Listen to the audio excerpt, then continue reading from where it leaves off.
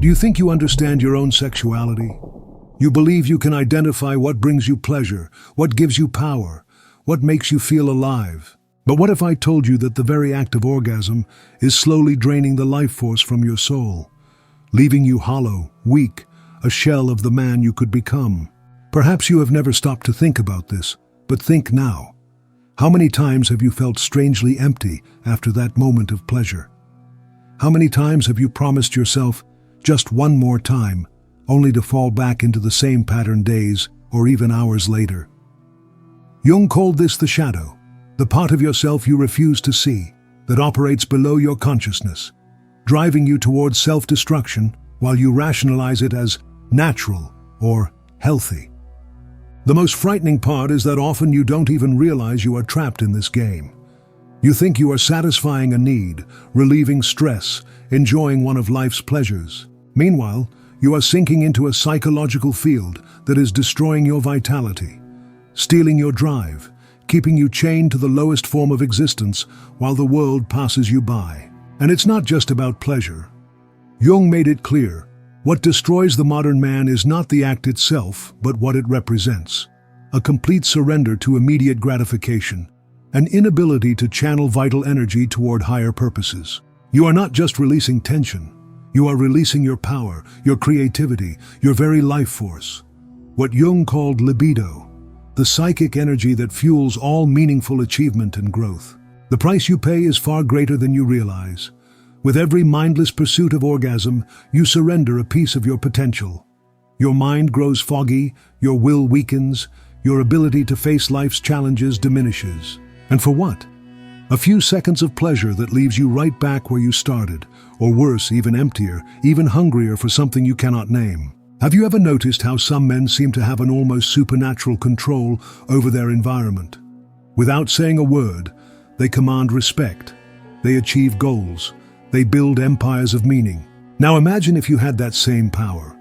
If you stopped reacting immediately to every urge. If you chose containment instead of release. Mastery instead of slavery. What do you think would happen? That's where the point lies. When you stop being always available to your own impulses, when you stop discharging your vital energy at every opportunity, something changes within you. A power accumulates. A presence grows. People sense it. They may not know what it is, but they feel it. And those who wasted their force on momentary pleasures look at you in confusion, wondering what secret you possess. Carl Jung said, "Everything that irritates us about others can lead us to a better understanding of ourselves." Now think about this. When you see a man who has mastered himself, who radiates vitality and purpose, who isn't constantly seeking relief, don't you feel something? Isn't there a part of you that knows he has discovered something you haven't? This reveals more about you than about him. It mainly reveals how much you are still being controlled by forces you don't understand.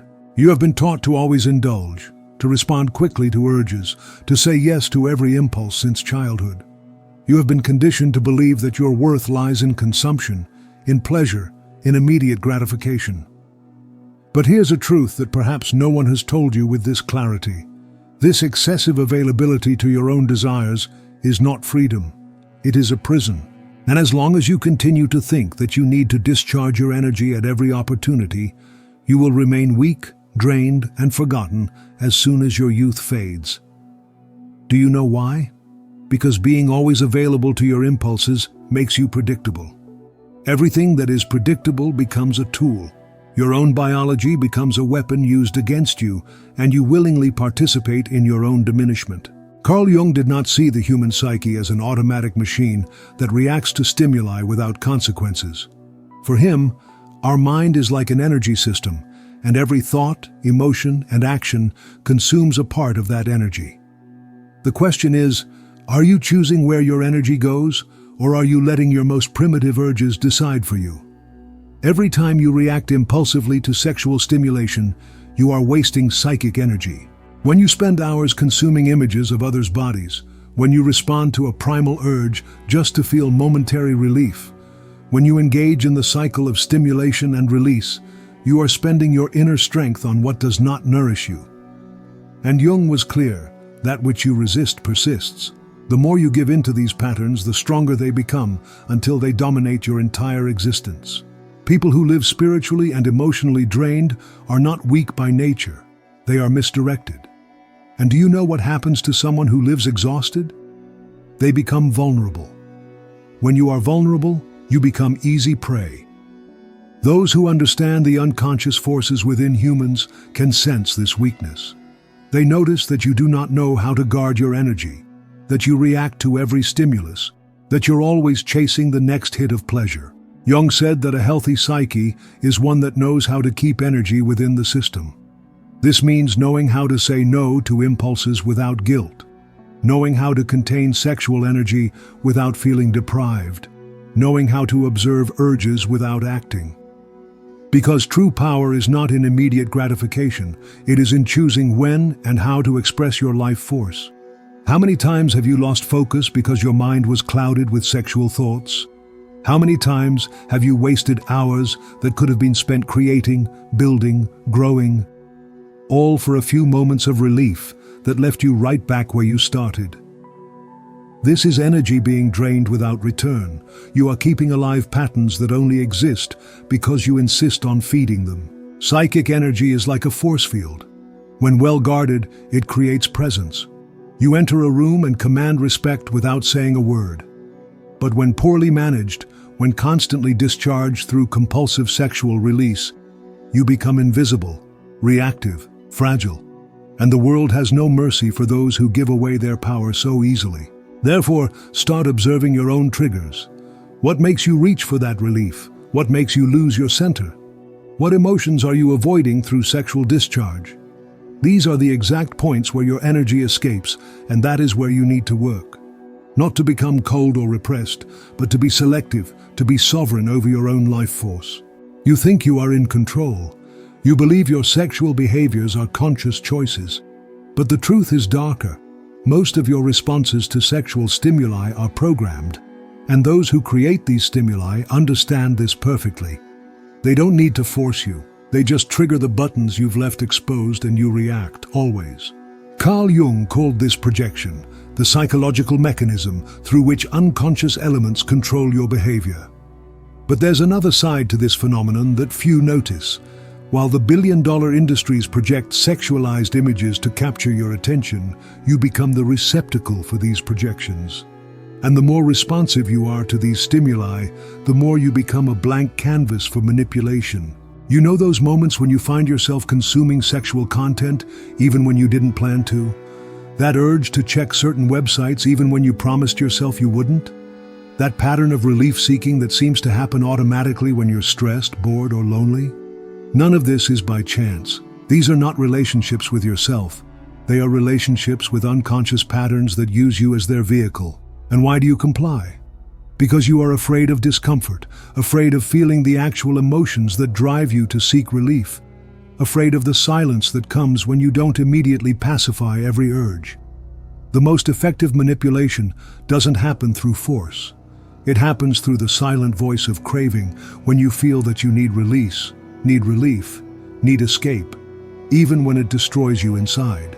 And here is the central point. The compulsion doesn't need to control you consciously. It just needs you to keep reacting the same way. But when you stop reacting, the game breaks. When you start saying no, responding with containment, withdrawing your attention from stimuli instead of feeding it, the projections begin to crumble.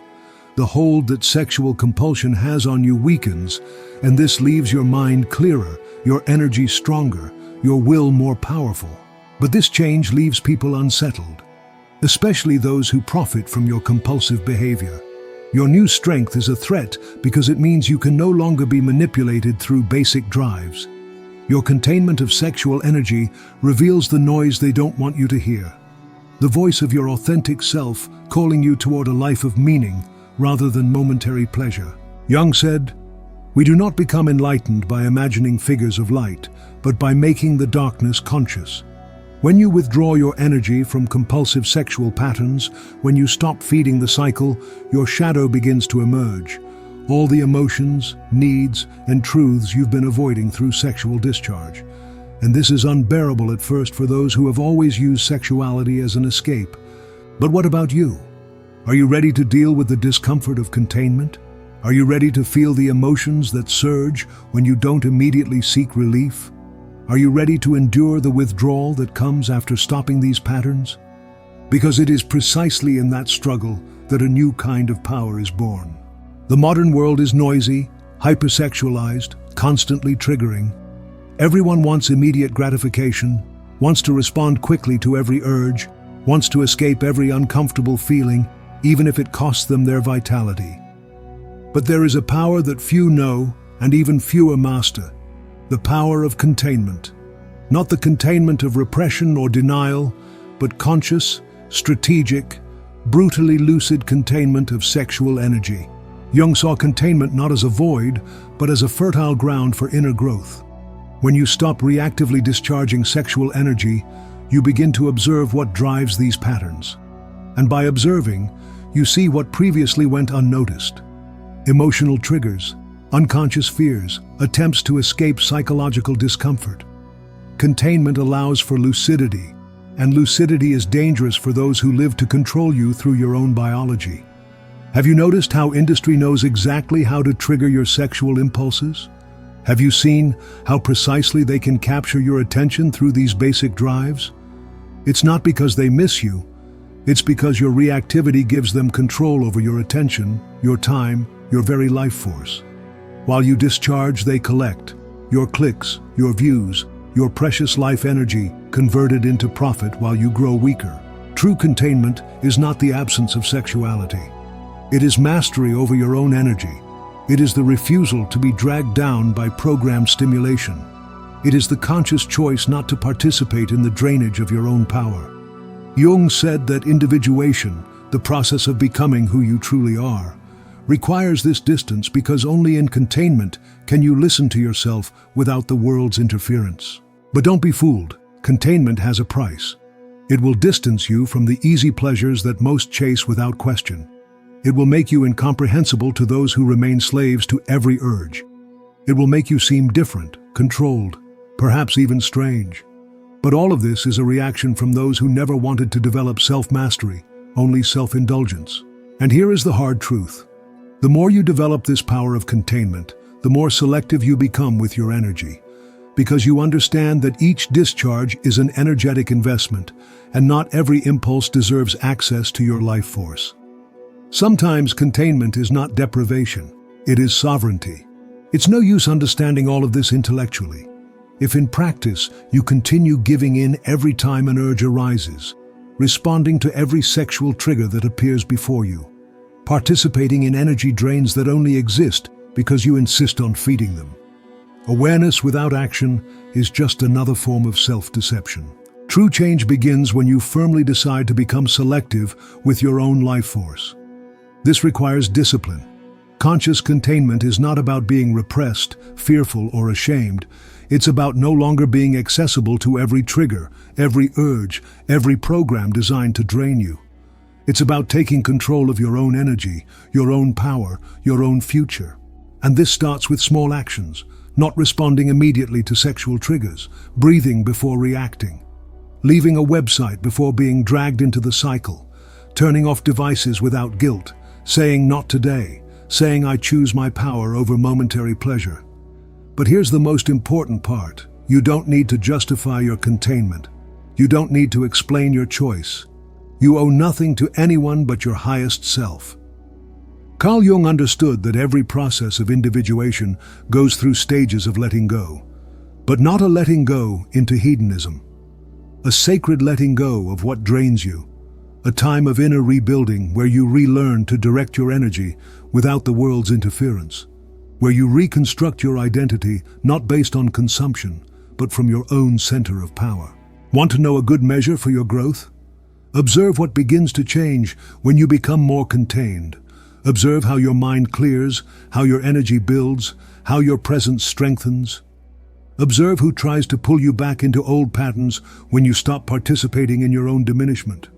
These are not signs that you are wrong, they are proof that you have begun to free yourself.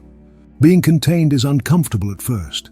You will feel urges, you will think you are being deprived, you will hear that you are being too hard on yourself.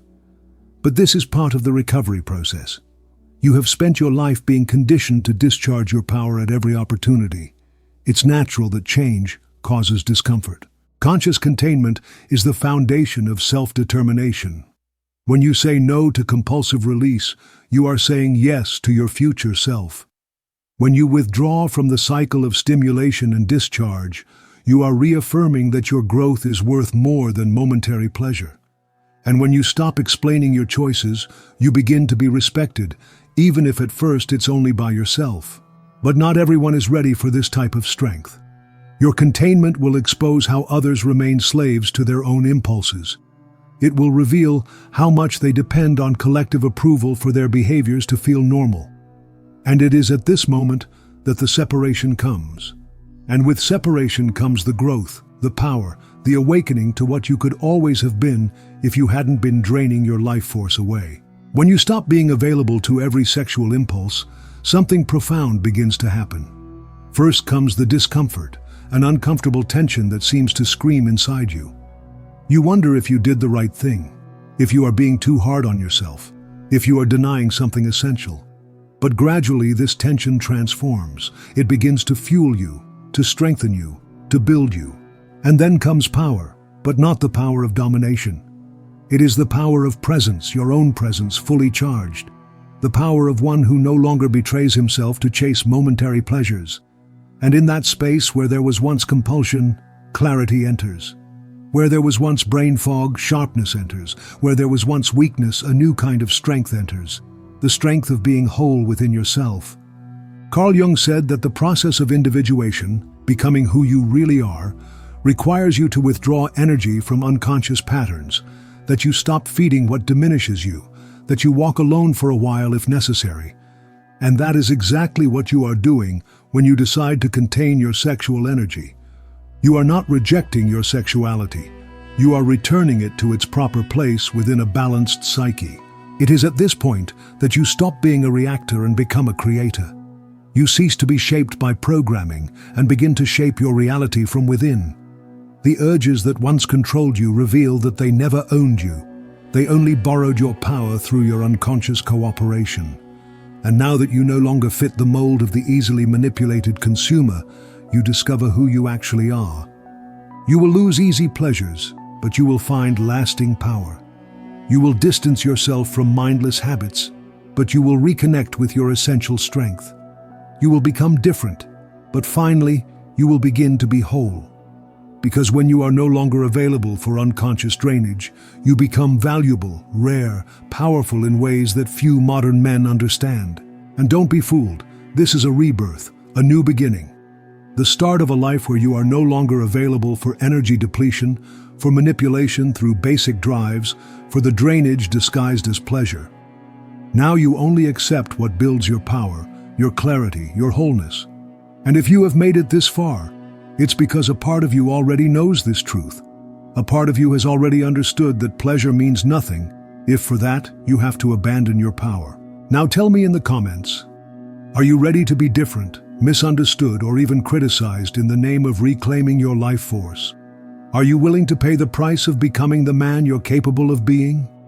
If this message touched you, write in the comments, I choose my power. Let's see how many here are ready for this awakening. And don't forget to watch the next video. It's important, much more than you imagine. We'll examine specific practices for channeling your contained energy toward becoming the man you were meant to be. See you there.